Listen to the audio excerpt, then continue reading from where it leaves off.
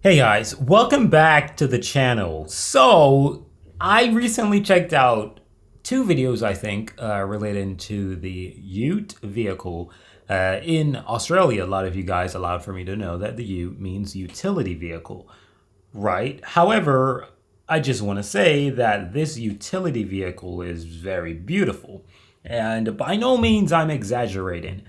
I just don't know of anything that has ever been created in the United States that is comparable in terms of a utility vehicle. I voiced my opinion in the previous video.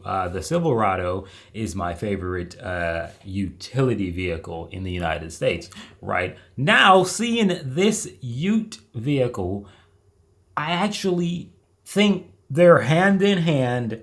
Both great vehicles. The Silverado is massive. It's huge. But the Ute, man, like, oh my gosh, it's just perfect, you know? I think I'm in love with the car, okay? It's as simple as that. So today we're gonna be checking out a video titled How the Ute Became the Most Popular Car in Australia.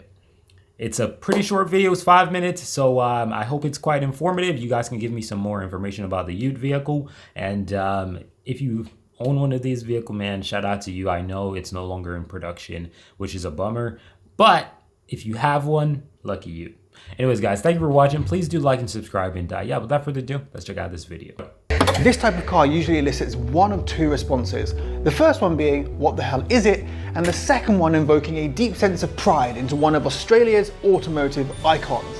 I'm the Car Doc, and today I'm going to tell you the history of the Ute. Okay. Back in the early 1900s, car inventors across the globe were a life of ingenuity and innovation. Not a day would pass where a new car, a new engine or new gadget would come out to improve the lives of the wealthy, and usually the wealthy because cars were not available to everyone at this time. Ford at the time was well established in America, and in 1925 opened an offshoot in Victoria, founding Ford Australia. The first Model T was in fact produced from a makeshift production line within a converted wool storage warehouse. In 1932, a letter was received from an unnamed wife of a farmer requesting a vehicle to go to church on Sundays in, and which can carry our pigs to market on Mondays.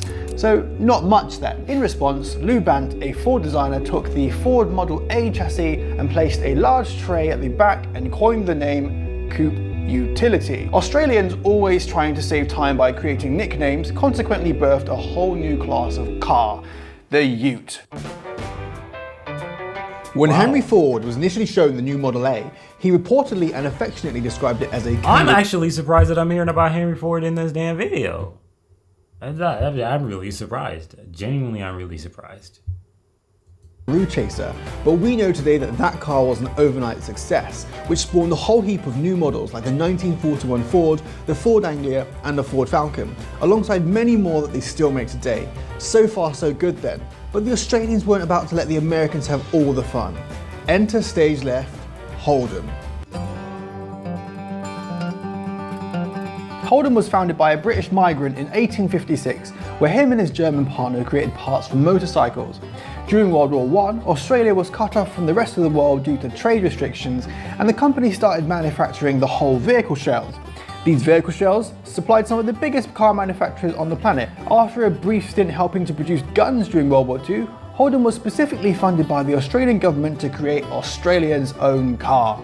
The original, less expensive 4-cylinder mid-sized sedan just didn't cut it in the rugged Australian terrain, so the V8 Ute was born, and they quickly became the workhorse in rural areas. Even though Holden Utes were quite clearly successful, it wouldn't be an Australian company if they stopped there. Holden knew they were onto a good thing, and a performance vehicle division was created.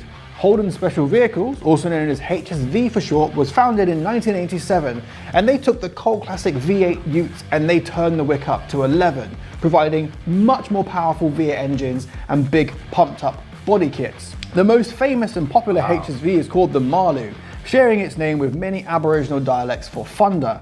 This car is notably famous for breaking the record for the fastest production performance pickup, hitting a top speed of 168 miles an hour. And when you consider that this car is just short of 2 tons, there's nothing less than impressive. Wait, sadly, it's heavy. Well, it has to be because it's a utility vehicle. This is why this vehicle is special. it's special because of the capabilities of the vehicle. It's not just the looks of it, right? It's beautiful, V8, V6, whatever. But when you really dive deeper and you pay attention to the fact that it is literally a utility vehicle, like you can literally put things in that vehicle to go to work like a actual contractor.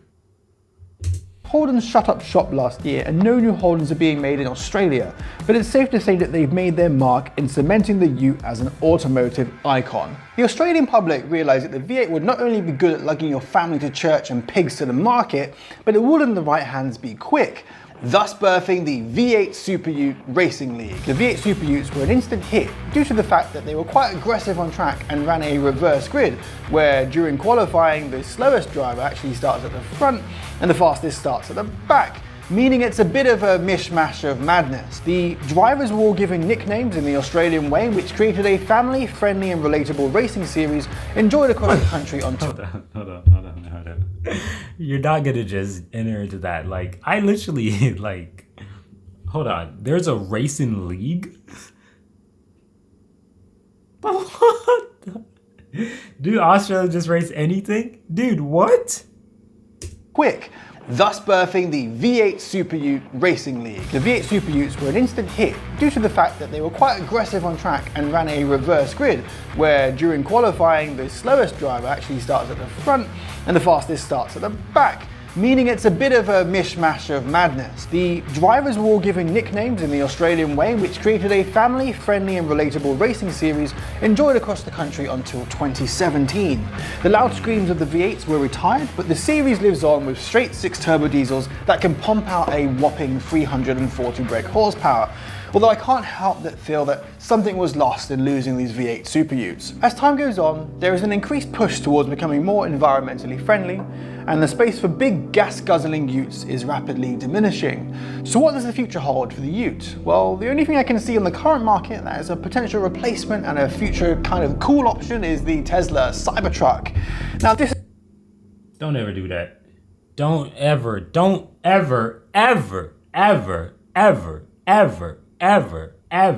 do that. Don't do that. Don't do that. No. This is definitely a car that you would love to hate. Now, Elon Musk has promised a Ute version of the ridiculously cuboidal looking futuristic electric beast. Importantly, it will still have impressive pig carrying ability for the general public, but will also have the ability to do 0 to 60 in less than 3 seconds. And considering how heavy that car is, that's a terrifying prospect. Now, Ford have got an electric... The same car that we can't even buy? The same car? Dude, what? Nah, that is not an alternative, bro. And, like, it's electric either way. Ugh. Musk has promised a Ute version of the ridiculously cuboidal looking futuristic electric beast. Importantly, it will still have impressive pig carrying ability for the general public, but will also have the ability to do 0 to 60 in less than 3 seconds. And considering how heavy that car is, that's a terrifying prospect. Now, Ford have got an electric F-150 Raptor on the way, which will be very capable and is likely to dominate the Ute market. But personally, I can't help but feel that the true spirit of the Ute is in these older V8 cars. Exactly. Luckily, there is a thriving used car market, and living in Australia, you see these V8 Utes razzing around every day. So, with its strong and steady fan base, I think this car will stay well and truly alive for many years to come. Thanks for watching. If you enjoyed this video, please consider liking and subscribing, and stay tuned. Shout out to him. This video was pretty amazing. Only part of it that I hated was the part where he compared the Ute to an electric Cybertruck. That is not supposed to be done. But shout out to him though. It was a pretty good video. Link for the original video will be in the description, so you guys can go check him out. But the Ute is a legendary vehicle. It's sad to see them go away, unfortunately, and I would love to check out another video of the Ute, and that should be the race. So if you guys know how I can find the race, let me know in the comment section. You can recommend it and I'll check it out as well. But dude, no. The Ute can never be replaced by a freaking Cybertruck. Like, I'm just being honest with you. Like, Having a car that is fast with no sound is not entertaining. It's just not. Seeing something go down the phew, all you hear is just wind. Ugh. Ugh. I don't like that. You know what I mean? It just doesn't feel like there's any soul in the car. So yeah, no, it's not comparable. I'm sorry. I no. But the Ute is an amazing vehicle, and shout out to those who have them. Hey, appreciate those vehicles, because I can almost guarantee you that the value of those things are about to go sky high, because this whole electrify situation that we're headed into is gonna mess with all of that. So yeah, keep them. Don't sell them right now. Just keep them. Even if you kind of broke right now, just keep them. It's a good investment, in my humble opinion. But thank you guys for watching this video. Let me know what y'all think about the Ute, and was it a valid comparison with the Tesla compared to the Ute? Anyways, guys, thank you for watching. I'm out of here. Peace.